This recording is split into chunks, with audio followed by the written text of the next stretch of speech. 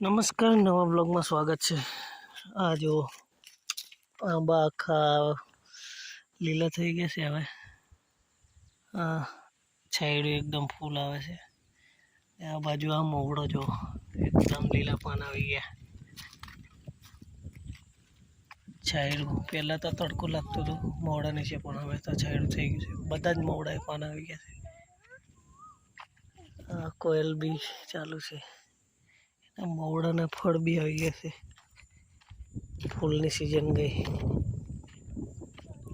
બતાવો નીચે હોય તો